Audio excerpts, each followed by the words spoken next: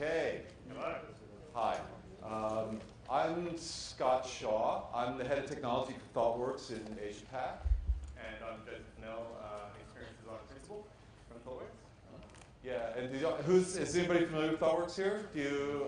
So we realized at the last one that we didn't really explain who we are. And so just very briefly, because we don't have much time. ThoughtWorks is, we do custom software development, so that we do that for people, with people. We do it onshore, we do it offshore, and as you will see in this talk and today, that software development much more encompasses the entire stack from the web system down to the infrastructure. So we get involved in all of that. It's all software now. So with that, we're going to talk about innovation. We're going to talk about a lot of ways that you can innovate, and the cloud is one of those. So I'll let Jason do the intro.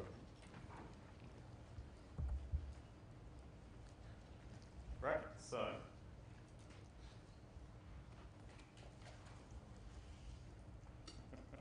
okay, yeah, innovate and deliver is the topic, and it's really about two practices converging. So technology, there's practices and capabilities like the cloud that are changing the way that designers are working. It's really a story of those two things coming together. We're calling it continuous design, continuous delivery, and we think it's the beginning of a kind of repeatable framework for people who want to explore innovating in the software space.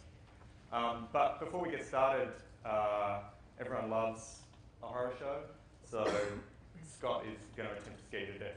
Yeah, we'll go over this quickly because I'm sure you're all aware of, you're here, so you're aware of the need to be able to innovate. Just briefly, it's turbulent times. Turbulent times have always been around. It's the people that are able to take advantage of the turbulence. There's a guy, Donald Sull, wrote a book called The Upside of Turbulence. And the problem with a changing market and a changing economy is that we don't have mental maps to guide us anymore. The mental maps that got us where we are no longer serve us. So we need a way to navigate without a map. We need a way to take a chance, go in a particular direction, take a stop and look around and see where we are and assess whether or not that's the right direction. Take a different direction if necessary. Where do I point this? It's you. Next slide. Okay.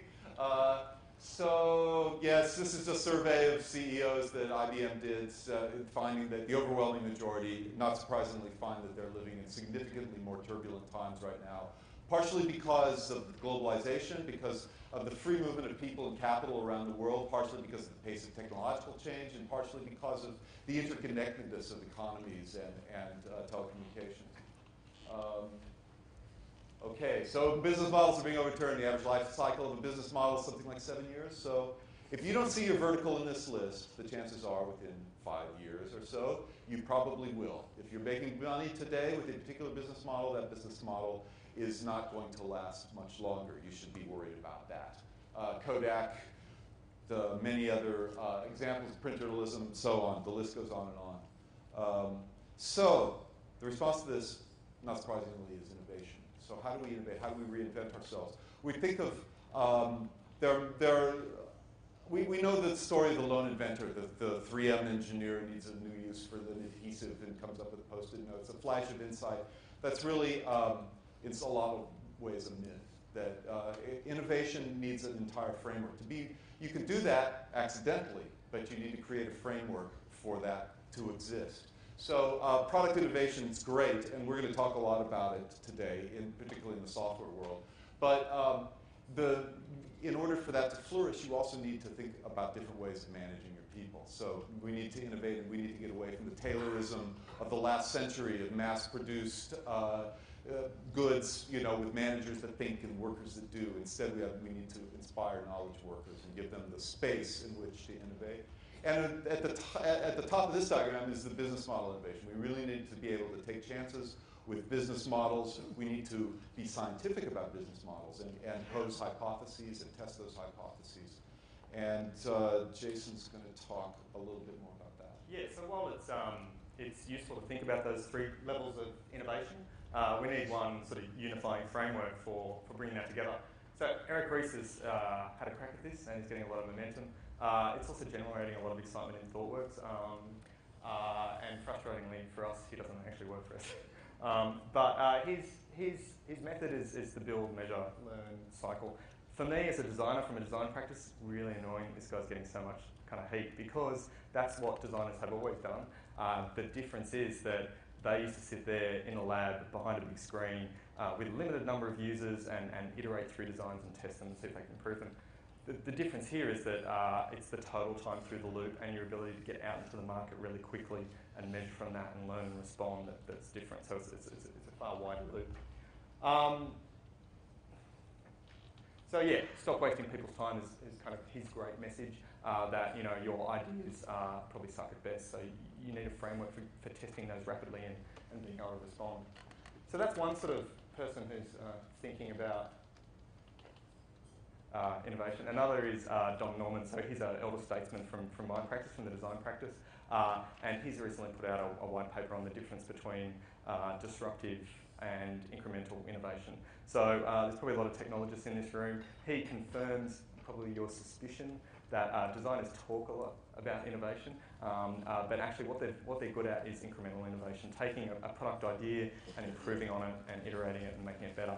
The disruptive innovations, those big leaps forward, are often made in the technology space by technologists. He's written a lot about that. It's kind of interesting. So where that gets me to, and it's worth considering that Eric Ries is a nerd, is that nerds are cool now. I think they're really cool. In fact, none of you look as cool as these guys.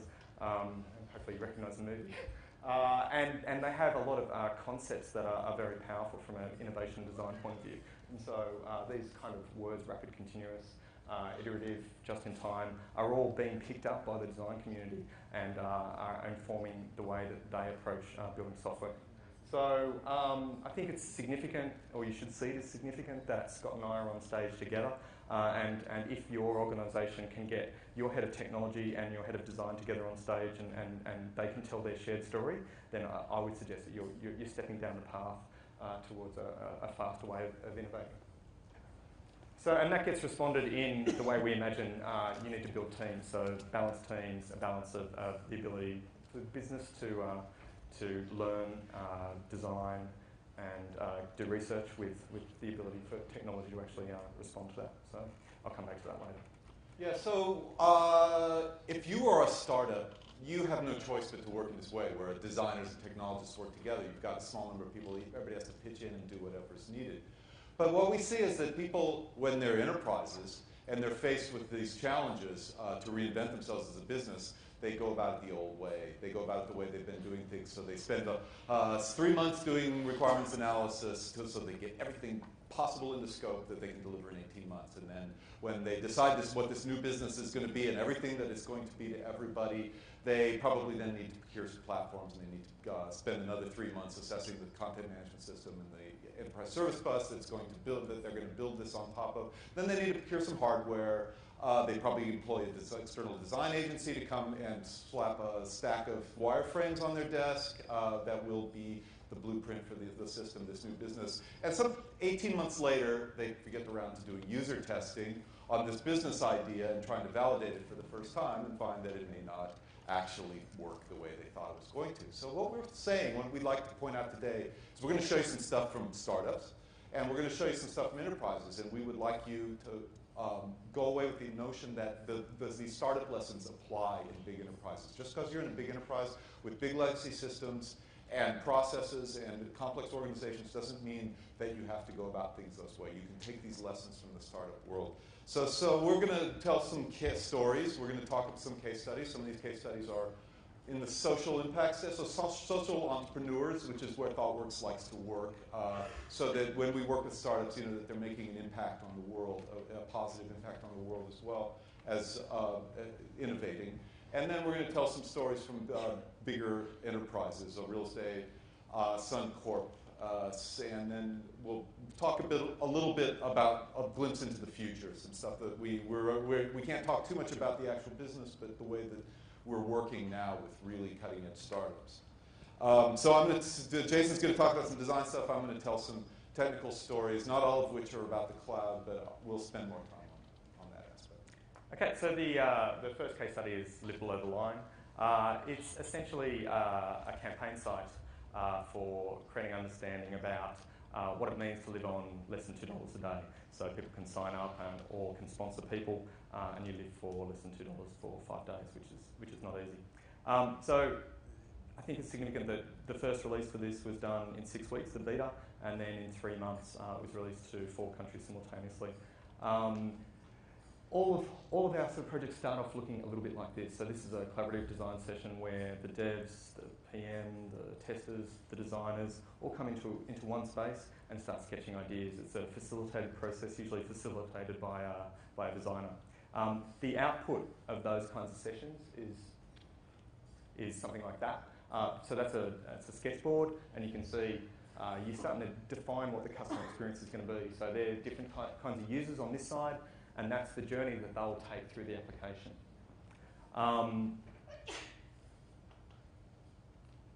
And once you have an understanding, a fairly high-level understanding of the kind of experience you're trying to create, it's much easier to then extract out stories or little bite-sized bits of functionality that a dev team can then estimate and can plan with. So the typical kind of agile planning happens from there. In this model, co-location is vital because the design is continuous throughout the process. Everyone's sort of in the same room, or if they can't be in the same room, they're connected by Google Hangouts or something similar, so there's always on video. That was one of the clients. He was in London, and we had the main office in Melbourne and Sydney and Brisbane all running at the same time. And I guess the thing is that the design is evolutionary. So you can see the homepage there is at a higher fidelity, and the donate is still at that fairly low fidelity that they were doing at the journey level. So as the build develops, so does the design. And you can see those little yellow post-it notes help map bits of the interface to the work-in-progress management method of using card walls. So we think it's important to hire men with long fingers and hairy arms and sit them together. And you can see a designer and developer working through a particular part of the application. We talked about this product and then management innovation. So this is a management method that allows for, if you're doing user testing continuously throughout the process, if you find issues in the application, you can put them into the backlog, you can reprioritise and then get them into the build, so you can actually respond to learning. So that's the design approach. So Scott's going to talk about some of the things that enable that team to work in that way. Okay, so there's a few technical enablers I'm going to talk about, and they were remarkably consistent as we looked at these projects where we felt like design and technology really worked hand in hand. The technological enablers were, so I'll just intersperse some of these stories through these case studies. And the first one is continuous delivery. So when we talk about continuous delivery, what we mean is keeping the software in a state that can be released into production to the market at any time, any day, any moment, and then putting that decision into the hands of the business. So the technology is no longer the bottleneck in getting things into production.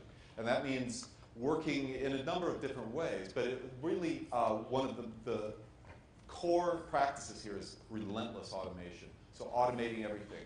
So we're not talking about just writing code, right? This applies even if you're implementing a COTS system. You think about any software that's in production that's generating value. There's an environment, there's the servers, the operating systems, the network that it runs on, there's configuration, there's probably some XML files if you've got some COTS software or whatever.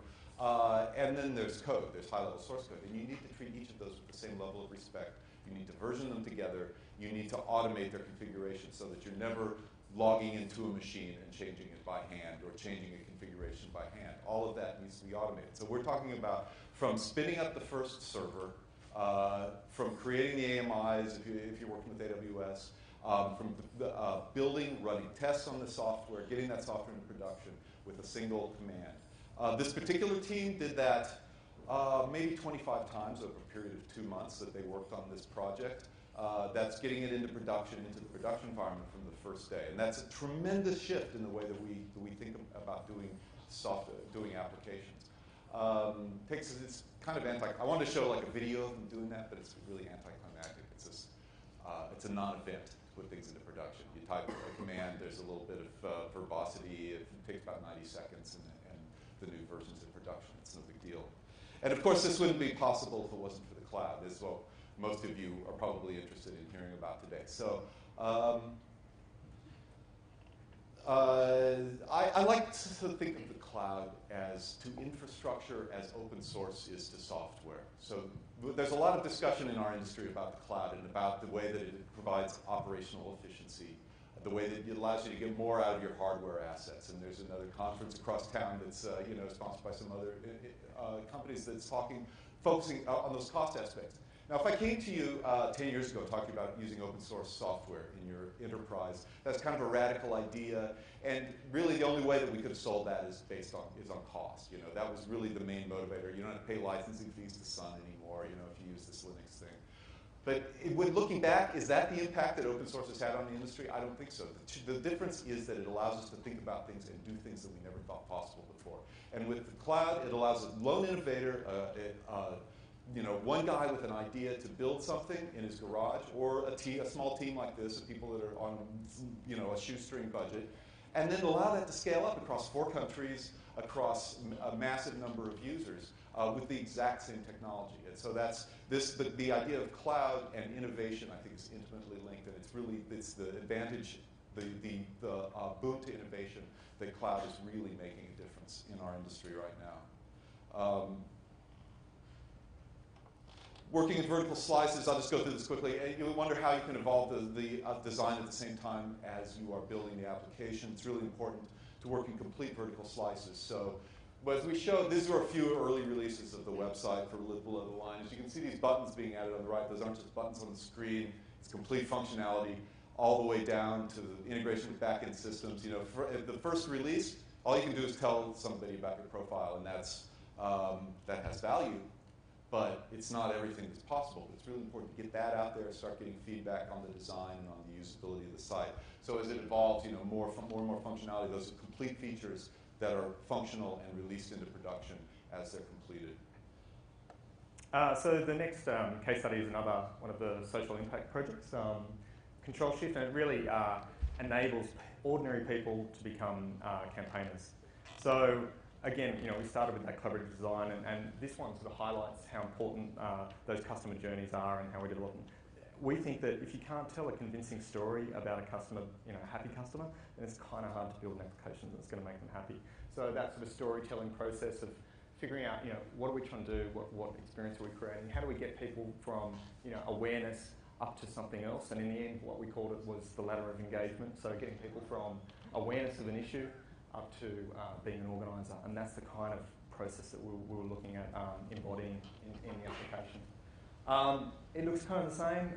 The entire project team sits down, sketches, and uses those tangible assets to drive conversations. How might we do something, respond with an asset that you can then talk about. So, you can fairly rapidly get to some sketching. In this case, we jumped into some pretty standard UX prototyping tools, but not for long. So it got to here, and then 2 weeks later, I'm told, they got to designing in the medium. So running up, real forms, using some of the advantages of off-the-shelf form validation, stuff like that. And then began to create the application in the medium and then test using really lightweight tools like Silverback. So once upon a time, a guy like me would have told you, it's about time to spend a few $100,000 on building a lab.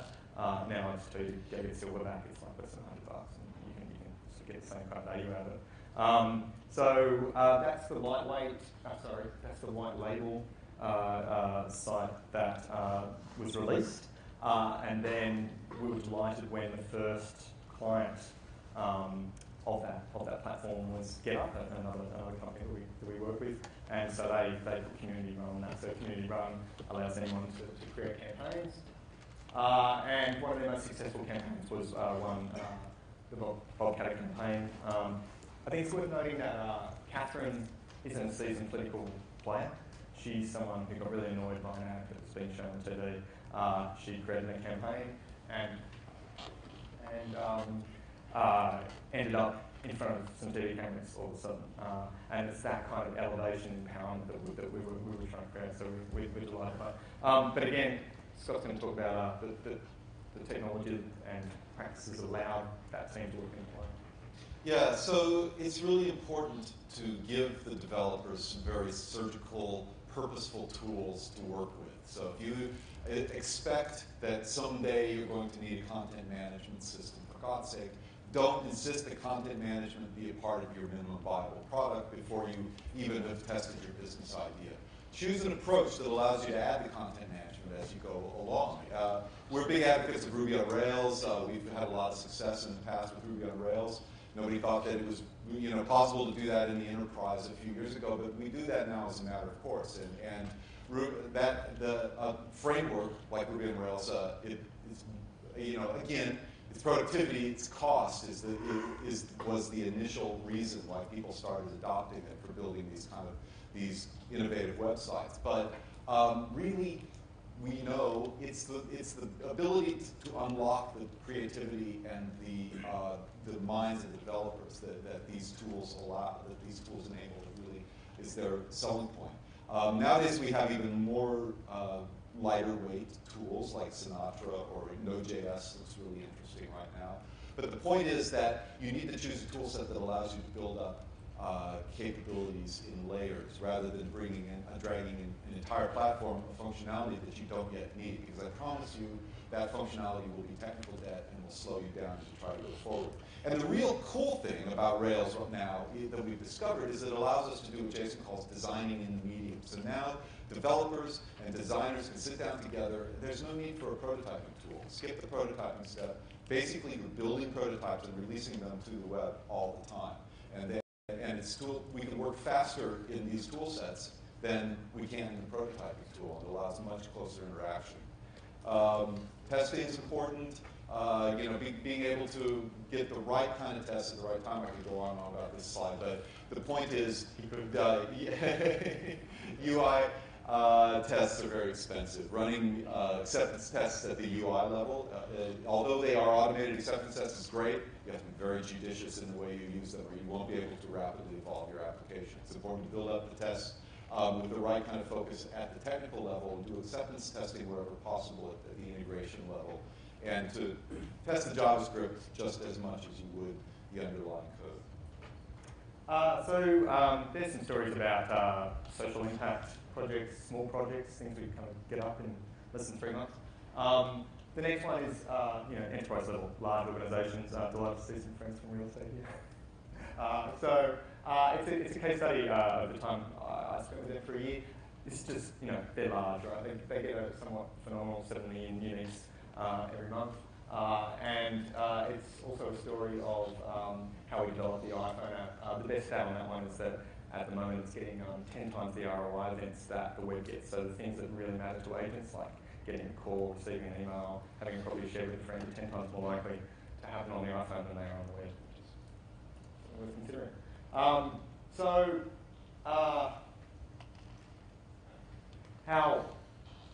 How do you, we talked a lot about spinning servers up really quickly. How do you spin projects up really quickly? So this is a story about that. Lightweight planning, having a defined set of tools or methods that you can kind of throw up on a wall. That took about 45 minutes to do. It was a plan for a 2-week workshop kickoff. Generally, the process is always the same. Understand the business drivers, figure out a customer experience that's going to support that, and then take that customer experience and develop estimation and planning for the project on that. I'm going to take you through what happened in the 3 days of the red zone, the customer experience zone. But first, it's worth pausing and saying, well, if you give yourself 3 days and there was a team of about 20 people in this, what does success look like? So I think success looks like this. That's Sarah, the project sponsor, standing up in front of the whole project team, explaining the vision for the project. So as a designer, it's not me pitching an idea that I hope that you will accept. It is the entire team has been taken on a journey where they have a shared understanding of what it's about and a lot of momentum and excitement about actually achieving it. So, repeatable framework. There is a way of moving through those kinds of workshops, facilitated design workshops. Because it's all a little bit difficult to explain, I'm just going to cut to a video in a second. And it is a time-lapse of one of the 2-hour workshops there in this sort of refinement sketchboarding phase.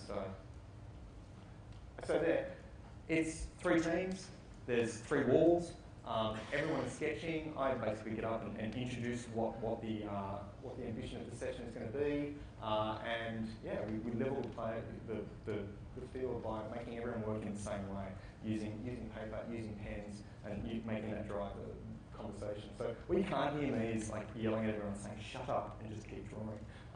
And they're using the wall to get those assets up. About half the work's drawing, and the other half is sharing back what you've discovered in that round. So you can see one team is sharing back their ideas. We're gathering feedback, putting that up on the wall. Eventually, everyone will turn around, and the next team will present their ideas. And yeah, we're looking to select, build, and refine the best ideas. So you've got to be brave in this stuff. So there's a moment when I say, okay, cool, teams, rip everything off your walls, reconstruct it on one wall, and then we'll use that as the asset that we'll take into the next round of design, and we'll move on from there. So that's what hybrid design workshops kind of look like. Thanks. So that's kind of output or asset you can create in 3 days with 20 people. And it is a repeatable method. So this one I'm particularly proud of because that was done by the iOS iPad team. When I wasn't there, they were using the tools, they were using pens, they were using that method to drive it from the interface, and then using that as a way of extracting our stories and developing plans. So I was quite excited for that. So at this point, you should all be pretty skeptical, right? Like I know what you're thinking, and you're thinking it's going to be crap. That is never going to work. That is a bunch of amateurs throwing some bad ideas at the wall, and a bit of theatre of, "Hi guys, where's Sandra?"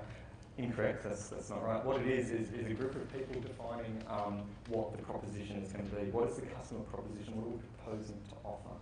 It's not the exact execution. It's not exactly how the page is going to look. But it is a shared understanding and momentum about the proposition. So designers still get to do their thing and get to design stuff. So typically from there, we've moved from a sketchboard into a prototyping and testing phase. Then, I like producing these big fancy walls of what I call design blueprint. So it's a high fidelity view of what the application is going to look like. Again, it's an information radiator that allows you to have conversations about exactly how the application is going to work. And then you may roll into the build. So this is a few images from the iPhone build team. So co-location, I was sitting there. Matt Dalton, the graphic designer, was sitting there. Big Kev's at the back. He's like telling us how it's all going to roll. He's the tech lead. Close quarters combat, pretty intense, but it's brilliant. And I just want to say that, designers, when they first hear about, if you say to design, I'll give you 3 months to design something. Like, yeah, cool, I can do that, easy. And then you say, yeah, but the build team's going to start the same day as you. It's like, whoa, how is that going to work, right? It can work, it does work. And you have time because you can do things like user testing continuously throughout the build phase to develop and understand the customer. So this is how that one rolls. So in a few days, we had a very high level view of how the application might work with the dev team. Within a few weeks, 2 weeks, we'd finished those kickoff workshops. I'd sort of been in parallel working on some of the wireframes. We got to a high fidelity wireframe, but it's still pretty rough to be honest, and we're using that as a basis for estimation and planning. And then they sort of had that initial setup time that the dev teams always have. So I kind of usually get left alone for 2 to 4 weeks and can kind of do lots of design exploration in that time. So we got to there about 2 to 4 weeks. It sort of looks like this could be it, but it's actually not. We're just trying to work out what the problems were, what we were trying to solve. And then collectively, 12 to 16 weeks later, this is where we got to, the team got to. So that was the R1 release. And then we rolled on because it's continuous, did some sketching, and that team rolled on to R2. So the only thing that I definitely know, the one thing I can give you, which is definite, is that there's no way that this application could have been designed up front. Like the transitions, the complexity around multi-solid search, the touchiness of it. No designer, I don't care how good they are, could have written a specification that defined it. You couldn't even reverse engineer it in paper, to be honest. So it was a team effort. The whole team sort of developed it together. It's great fun. So this is what I think. If your workspace doesn't look like this and you're developing somewhere, then there's something wrong. It's not that it's messy. That's not the things, that the card wall, the way that you manage work in progress, and the design wall are sitting right next to each other. And there's some sort of always-on video link to your offshore team. And those things kind of, it's a bit messy, but that feels right to me. So this is a mobile handset application, and we no longer have the advantages of being able to push things out to the cloud, out to the web, and getting immediate user feedback. So there's a number of things around that I can talk about, but let me focus on one of those. What we find customers are discovering is that when they embark on the mobile journey, they're really having to rethink how they manage their enterprise data. So one of the key considerations on this mobile application is to get stuff up on the screen quickly. So you need to do everything you can to get something on the screen, even if it's not optimal, be able to get some user feedback on that and refine it as necessary. So part of that's in the handset application, but there was also a conscious decision to move a lot of the business functionality to APIs, to the back end. And many people are finding that mobile is the impetus they need to really start thinking about how they expose their enterprise data from inside the walled garden of their enterprise and get it out to customers, to partners along these various channels. The mobile may be just the first step in that journey. And in this case, an API team sprang out of the mobile team and took on a life of its own over time. And so really, mobile, I think you might find, if you're not already doing this, is really just the tip of the iceberg.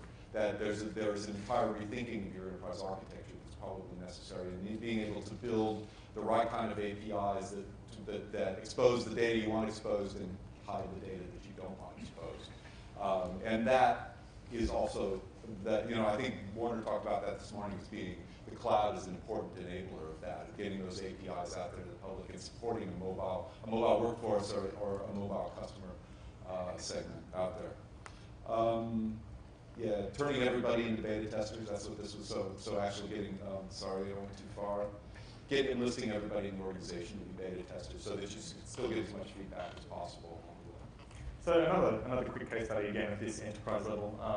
So AMI, a business insurance application vending machine. I'm not going to show sketches of people pictures of people sketching. You kind of get that bit. But one of the impacts of doing continuous user testing throughout the entire build phase was that there was a shift in the persona of the customer. So at first, the business was like, it's all about dudes in use. That's who we're trying to get. And then as the project went along, we met more people, discovered more about the reality of the world, we realised it was actually women who run small businesses, and there was a shift in language, there was a shift in imagery, there was a shift in the way we proposed the product.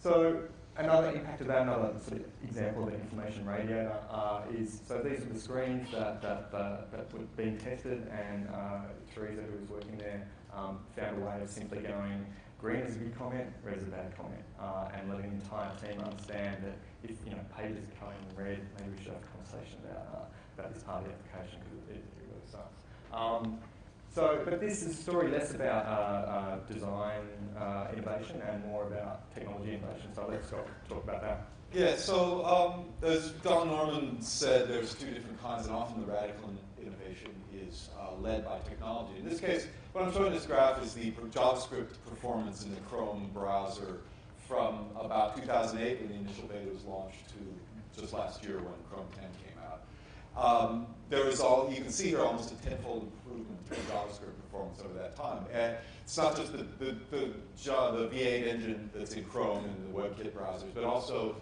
the other JavaScript was undergoing a similar transformation at the time. But when this project was started, that was not widely known. And it was through the customers and the business owners saying, we want to provide a radically different experience to people who are buying insurance on the web.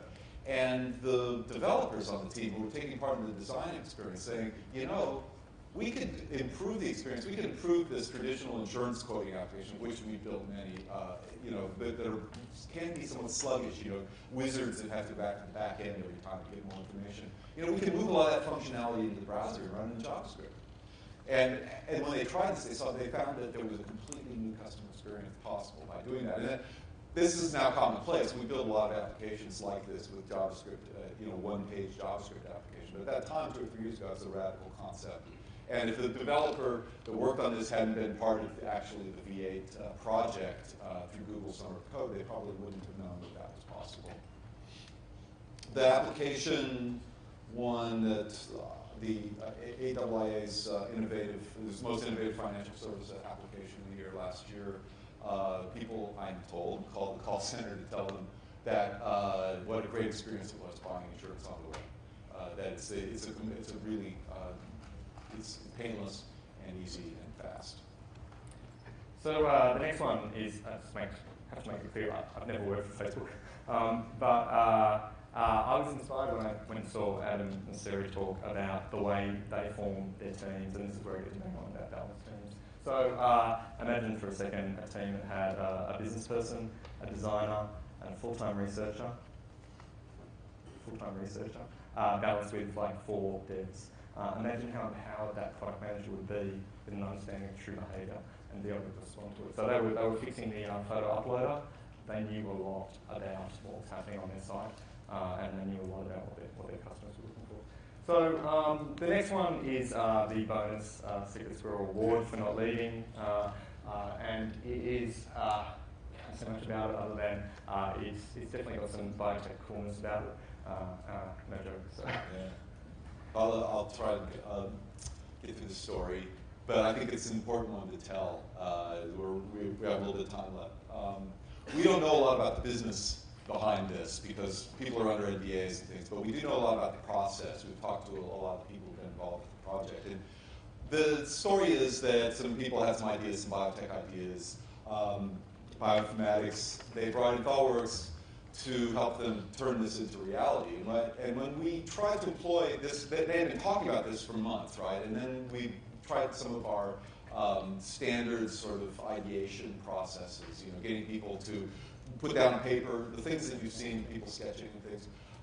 And what they found was that day after day, people would just get confused.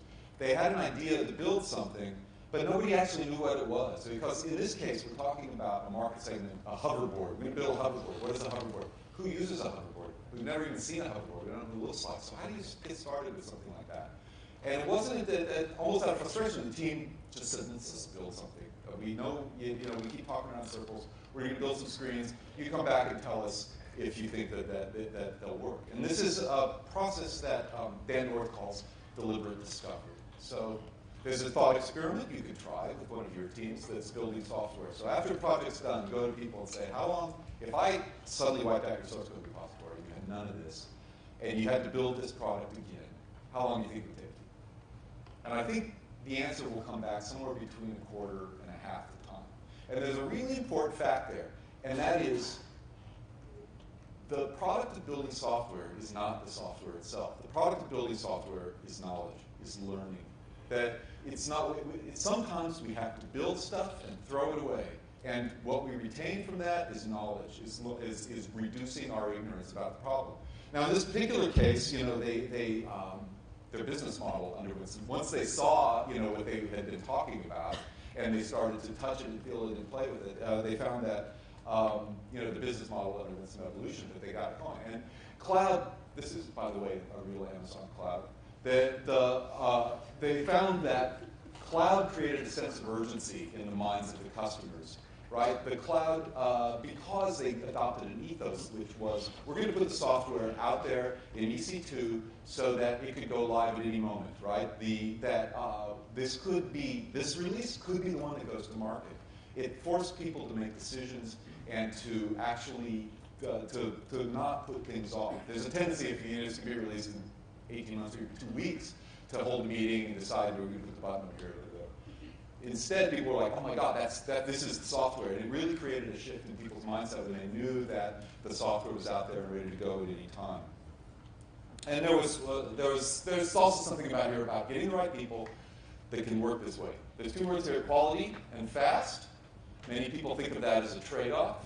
But you need to find the developers and the technologists who understand that in order to go fast, you need to have quality. That sometimes that when you build the first thing, you build with the right quality, and you may be prepared to throw that away at the end of the day. but it's still important to do that, and that's what allows you to evolve and change and pivot and shift directions as you go along, and giving those people the right management framework and the right organizational framework in which they can work, finding the right people and then keeping them is really important to being successful with this. So then we're just going to wrap up quickly. There's some, tell them what you told them stuff here. So a framework for innovation, people, process, and technology. We talked about interdisciplinary teams. Not people working in niches next to each other, but people actually learning each other's craft and sitting together and treating their work as craft with the pride in the quality of what they're creating. The process of roughly, a brief period of everybody sketching and going right to building stuff and building it and evolving it over time from actual user feedback. And technology, continuous is a word we've said a lot, right? Continuously putting stuff into production, continuously testing, continuously integrating. The cloud is an important enabler in every one of these case studies that we've talked about, and building stuff with a quality mindset from the very start. Let me do it. Let me do the bottle. All right, the bottle. Give me 30 seconds. All right. So I thought I could draw an entire innovation framework. This is it. It's easy to understand. But basically, it says that in the middle you've got your product team, right? And they need room to move if they're going to innovate. And basically, because this is the executive track, you guys are charged with giving those teams room to move. And I think there's two kind of constraints. There's technology constraints and things like continuous delivery, the cloud. There's a whole lot of things that can unleash teams away from the mud of technology and get them to move faster. There's also a set of business constraints around ability to make decisions, how design is done, funding, really sort of gnarly things that stop teams from actually being on the move. And really, I think our job is to kind of unleash our product teams and give them the room to move. They need to move to kind of innovate. So this is where we leave you with some questions to ponder. What kind of innovation framework does your company have? It's good to start that conversation. Do you have a systematic approach for doing it? How do you go about it? Start building something and learn. So he usually does that slide. There's some books that you can read. There's also Stand outside that we strongly suggest you go and visit. Teresa's there, she's lovely, and you can potentially win something. That's actually fantastic. Yeah, that's right. Yes. Yeah. And there was something else we were supposed to plug. I hope you got some good out of the talk anyway. Yeah. Come talk. I guess, do we have time for questions, Olivia? Two questions. Two questions. You. Firstly, great presentation, guys. Loved it. During the initial brainstorming process, how do you decide what to throw out? Because there's a lot of stickers that go up, a lot of how do you decide from a business perspective, B, not hurt people's egos and lose that excitement of still participating because my idea got shut down 5 times? So one of the things I didn't mention is that we actually brought real customers into some of those workshops, and it's amazing how they're pretty ready to tell anyone that they don't understand what the hell they're talking about. And so that helps. Moving fast helps, and letting people get their ideas out quickly helps, because it's very difficult to hold on to an idea once you've let it out and people have talked about it and you kind of saying it works or it doesn't. So I think moving quickly and letting those ideas sort of be exposed, and also there is no hierarchy in those sorts of workshops. You live or die by your tongue. So yeah. Somewhere at the back.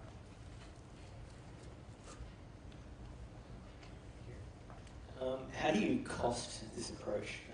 Obviously, if you've got clients who expect fixed cost or something, if you've got 20 resources, for 3 days in a meeting, how do you cost that for a client?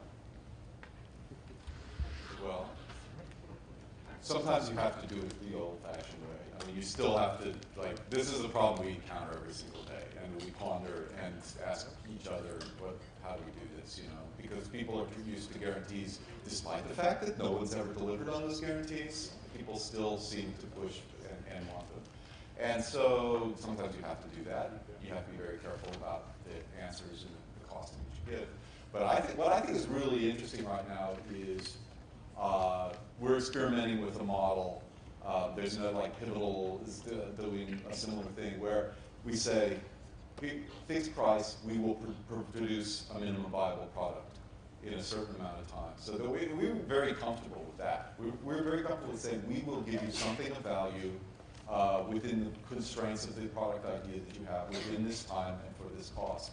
And I think if people really need to change the way they think about budgeting along with adopting these lean startup ideas. And there's a book, Beyond Budgeting, I don't know if you've seen it, that might give you some ideas there. But we are really constrained by CapEx and OpEx and projects and all those things in Australia and elsewhere. It's difficult. We got time for more? No more. Thank you. Thanks for your time.